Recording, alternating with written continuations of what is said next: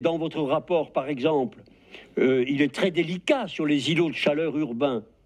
Vous êtes très fort en statistiques et en données de détail, mais vous omettez de relever que Grenoble est devenue, sous votre second mandat, la première des grandes villes pour les îlots de chaleur due à l'urbanisation, selon le CNRS.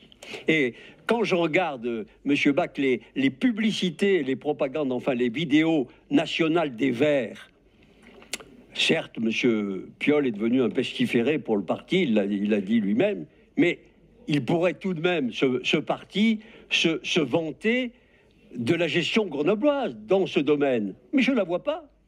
Il n'y a aucun moment, je vois des villes avec des maires, effectivement, de votre parti, qui sont présentés dans ces communications de votre parti, et ils présentent des villes qui ont effectivement énormément progressé en matière de plantation d'arbres, d'espaces verts, etc., d'espaces nature. Mais, bizarrement, jamais Grenoble. Et pourtant, dans le rapport, on apprend que 50 hectares d'espaces verts ont été créés à Grenoble.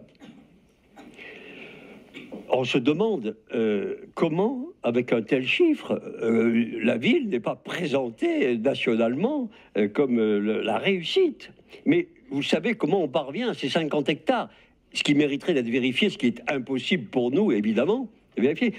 Ça recense tous les petits carrés végétalisés de 50 cm à 1 mètre carré, etc., devenus d'ailleurs aussi des poubelles à ciel ouvert. Tous ces minuscules espaces de plantes grimpantes, par exemple, qui peuvent monter sur un immeuble. Et ça, paraît-il, ça fait 50 hectares que les Grenoblois, évidemment, ne voient pas. Mais évidemment, on ne comptabilise aucunement dans votre rapport le nombre de jardins privés et publics qui sont supprimés et urbanisés.